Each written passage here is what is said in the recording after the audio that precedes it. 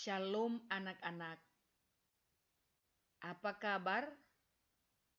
Ibu percaya bahwa anak-anak kami sekalian saat ini berada dalam keadaan sehat dan diberkati Tuhan. Sebelum kita memulai pelajaran kita, mari terlebih dahulu kita beribadah kepada Tuhan. Kita berdoa. Terima kasih Tuhan, berkat-Mu yang Kau nyatakan dalam hidup kami. Engkau mengizinkan kami kembali untuk boleh belajar tentang firman-Mu pada saat ini. Oleh sebab itu kami mohon, biarlah Roh Kudus-Mu yang memampukan kami untuk boleh memahami dan mengerti apa yang akan kami pelajari hari ini. Supaya itu semua dapat menjadi bekal hidup kami di masa-masa yang akan datang. Dalam nama Yesus kami mulai belajar. Amin.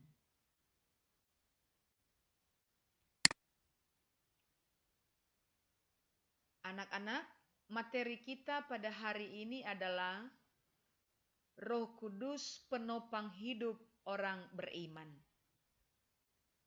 Bahan Alkitabnya yaitu Yohanes pasal 14 ayat 26, Kisah Para Rasul pasal 1 ayat 8, pasal 2 ayat 1 sampai 47, dan 1 Korintus pasal 13 ayat 1 sampai 13. Anak-anak kami, tujuan pembelajaran kita adalah setelah mengikuti proses pembelajaran, peserta didik diharapkan dapat 1. Memahami bahwa Roh Kudus adalah wujud kehadiran Allah dalam cara lain yang khusus setelah Tuhan Yesus naik ke sorga. 2. Memahami bahwa Tuhan Yesus menjanjikan Roh Kudus yang menguatkan. 3. Memahami bahwa Roh Kudus menghibur dan menguatkan. 4. Menyebutkan contoh-contoh peranan Roh Kudus dalam gereja perdana. Dan 5. Mengungkapkan bagaimana Roh Kudus berperan dalam hidupnya sehari-hari, di masa kini, dan di dalam kehidupan gereja di tengah-tengah perjuangannya. Itulah tujuan pembelajaran kita hari ini. Berikut, kalau kita lihat dalam kamus Alkitab, dikatakan bahwa Roh Kudus dalam bahasa Ibrani yaitu ruah, dan dalam bahasa Yunani yaitu pneuma, yang berarti nafas atau angin yang diterjemahkan dengan roh. Ini menunjukkan pada kuasa pemberi kehidupan yang tak terlihat, yaitu Allah sendiri. Anak-anak kami, ketika Yesus naik ke sorga, Ia menjanjikan kepada murid-muridnya seorang penolong, penghibur bagi mereka dan bahkan bagi semua orang yang percaya kepadanya. Katanya kepada murid-muridnya, tetapi penghibur yaitu Roh Kudus yang akan diutus oleh Bapa dalam namaku. Dialah yang akan mengajarkan segala sesuatu kepadamu dan akan mengingatkan kamu akan semua yang telah Kukatakan kepadamu. ini nanti akan terjadi. Ini akan nyata dalam kehidupan para murid ketika mereka menerima Roh Kudus. Tuhan Yesus menjanjikan Roh Kudus sebagai penghibur bagi murid-murid dan orang percaya kepadanya.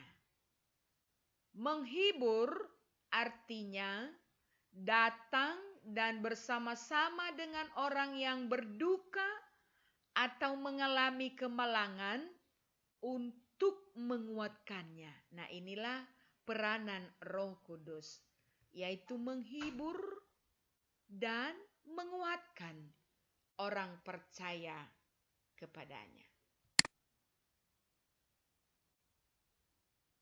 Kalau kita baca dalam Kisah Para Rasul pasal 2 ayat 1 sampai 13. Di sana kita bisa lihat bagaimana peristiwa turunnya Roh Kudus. Kalau kita baca itu, di sana ia katakan bahwa ketika tiba hari Pentakosta, semua orang percaya berkumpul di suatu tempat. Tiba-tiba turunlah dari langit suatu bunyi seperti tiupan angin keras yang memenuhi seluruh rumah di mana mereka duduk. Dan tampaklah kepada mereka lidah-lidah seperti nyala api yang bertebaran dan hinggap pada mereka masing-masing. Ini. Seperti ini. Ketika orang percaya berkumpul dalam sebuah ruangan atau rumah, maka tiba-tiba datanglah Roh Kudus dalam lidah-lidah api dan menghinggapi mereka.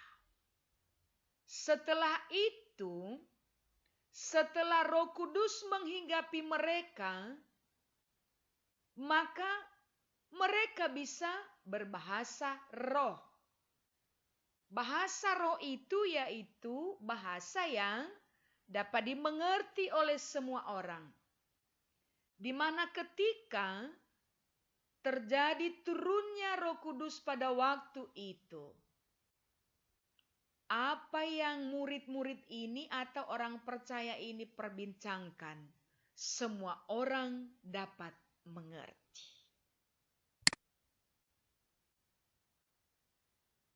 Berikut. Setelah Roh Kudus turun, lalu Petrus berdiri dan berkhotbah. Ini posisi Petrus sudah dipenuhi oleh Roh Kudus. Sehingga dia berani untuk berdiri bersaksi tentang siapa Yesus sebenarnya. Itu bisa kita lihat dalam Kisah Para Rasul pasal 2 ayat 14 sampai 40. Petrus menyatakan bahwa Yesus yang telah disalibkan, mati, dikuburkan dan bangkit dari antara orang mati, Dia adalah Tuhan dan Juru Selamat. Inilah khotbah Petrus. Meyakinkan semua orang yang ada di tempat itu pada waktu itu bahwa Yesus itu adalah benar-benar Tuhan dan Juru Selamat. Dan orang-orang yang mendengarkan khotbah itu percaya kepada Yesus dan mereka memberi diri dibaptis. Kira-kira jumlahnya sekitar 3.000 jiwa. Ini terjadi karena pekerjaan Roh Kudus, baik dalam hidup Petrus yang memberikan dia keberanian untuk bersaksi, maupun orang banyak yang mendengarkan khotbah Petrus itu untuk mau menerima percaya Yesus dan memberi diri dibaptis.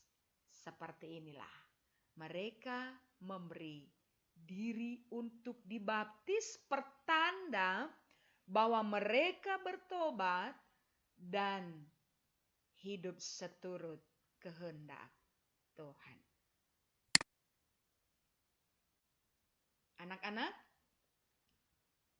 orang-orang yang memberi diri dibaptis tadi, mereka menamakan diri sebagai gereja mula-mula atau gereja perdana.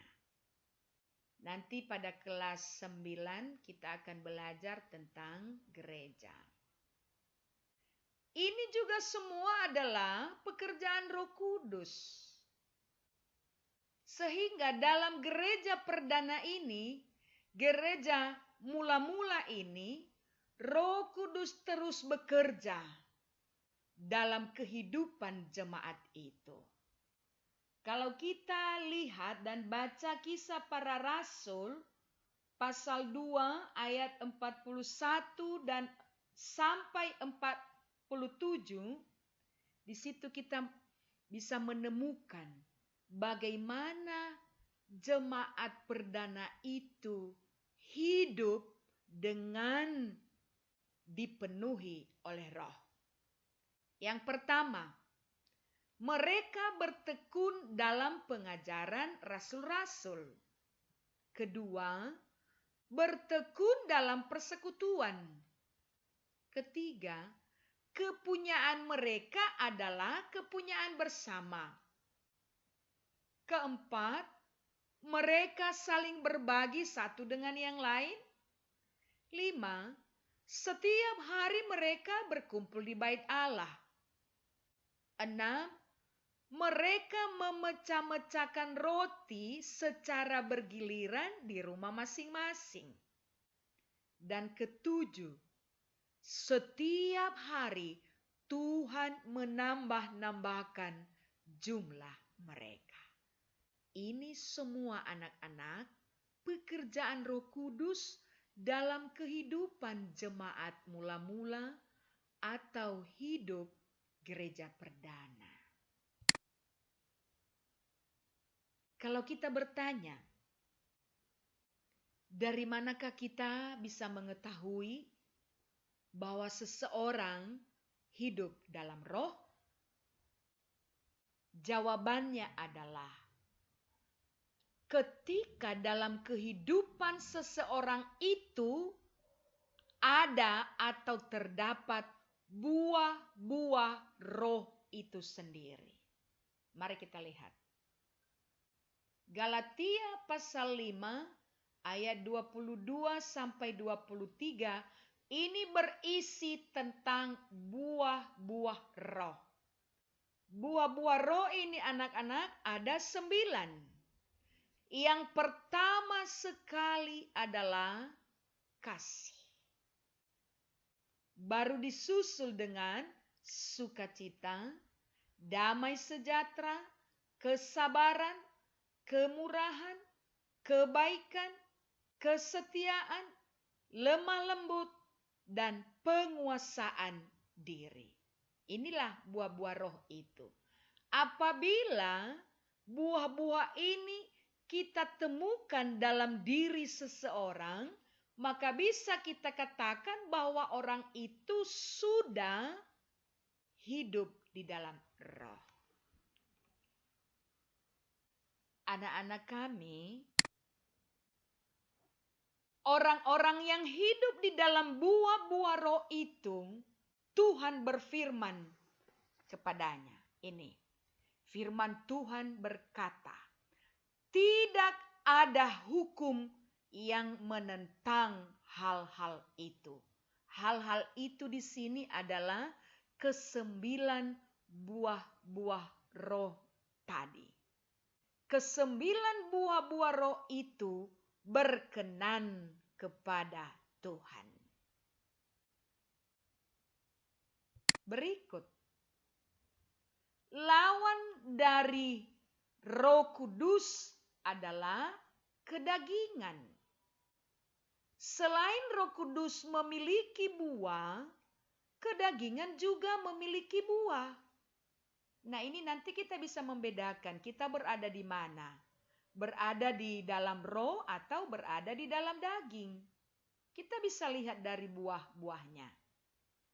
Tadi buah roh ada 9. Tetapi buah daging atau perbuatan daging ada banyak, anak-anak. Di sini ada 9. Yang pertama, percabulan, kecemaran, hawa nafsu, penyembahan berhala, sihir, perseteruan, perselisihan, iri hati, amarah, kepentingan diri sendiri, percideraan, roh pemecah, kedengkian, kemabukan, dan pesta pora. Ke-15 hal ini bisa kita lihat dalam ini. Galatia pasal 5 ayat 19 sampai 21. Inilah perbuatan daging. Anak-anak, boleh kita melihat saat ini. Di mana kita berada? Apakah kita berada di dalam roh atau berada di dalam daging? Atau kita bisa melihat berapa buah roh yang ada di dalam kita sehingga kita bisa dinyatakan orang yang hidup dalam roh. Atau berapa buah daging, berapa perbuatan daging yang ada di dalam diri kita sehingga kita dikatakan orang adalah hidup ya di dalam daging. Itu semua adalah tergantung kita sendiri. Anak-anak kami bisa melihat di manakah Anda berada sekarang. Tetapi ingat, orang yang hidup di dalam roh, Tuhan berkati. Tetapi orang yang hidup di dalam kedagingan, Tuhan tidak senang. Akibat dari perbuatan daging itu ini, Tuhan Yesus berkata, barang siapa melakukan hal-hal yang demikian yang ia maksud di sini adalah ke-15 perbuatan daging tadi. Tuhan Yesus berkata, ia tidak mendapat bagian dalam kerajaan sorga. Ini anak-anak. Orang yang hidup dalam perbuatan daging tidak mendapat bagian dalam kerajaan sorga. Oleh sebab itu, hindarilah perbuatan daging dan lakukanlah buah-buah roh. Kenapa? Kedagingan mencelakakan, tetapi roh menuntun, roh memampukan kita hidup seturut kehendak Tuhan. Demikian pelajaran kita hari ini. Ibu percaya bahwa dengan belajar tentang Roh Kudus pada saat ini, anak-anak kami mulai belajar mencari tahu apa itu roh, mulai mencari bagaimana supaya bisa hidup dalam roh, dan anak-anak kami mulai ada keinginan atau kemauan atau tekad untuk tetap hidup di dalam roh. Sampai ketemu minggu depan di pelajaran berikutnya. Tuhan Yesus memberkati. Sebelum kita akhiri pelajaran ini, mari kita berdoa. Terima kasih Tuhan atas kesempatan yang Engkau berikan bagi kami belajar tentang firman-Mu, yaitu Roh Kudus sebagai penopang hidup orang beriman. Izinkan kami Tuhan untuk tetap hidup dan mau hidup di dalam tuntunan Roh Kudus-Mu, karena kami mau hidup seturut kehendak-Mu. Dalam nama Yesus kami berdoa. Amin.